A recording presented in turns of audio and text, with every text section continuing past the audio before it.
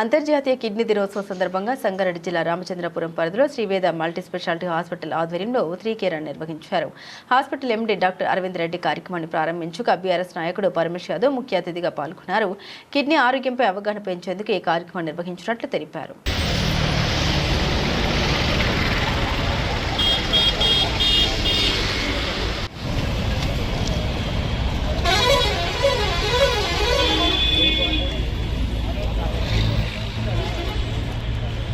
స్వామి అండి, consultant urologist Sri Veda hospital.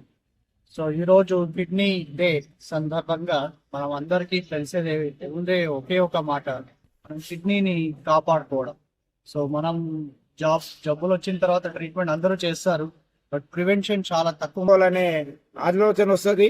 వాళ్ళు జాగ్రత్తలు తీసుకొని వాళ్ళ ఆరోగ్యాన్ని కాపాడుకుంటారు. కాబట్టి ఇది బయటికి రావాల్సిన అవసరం ఉంది. కాబట్టి ఈ రోజు ఈ శ్రీవేద హాస్పిటల్ వాళ్ళు ఎవరికి రాని ఆలోచనతోటి ఇక్కడ ఉన్న లోకల్ పబ్లిక్ కి కనీసం మనం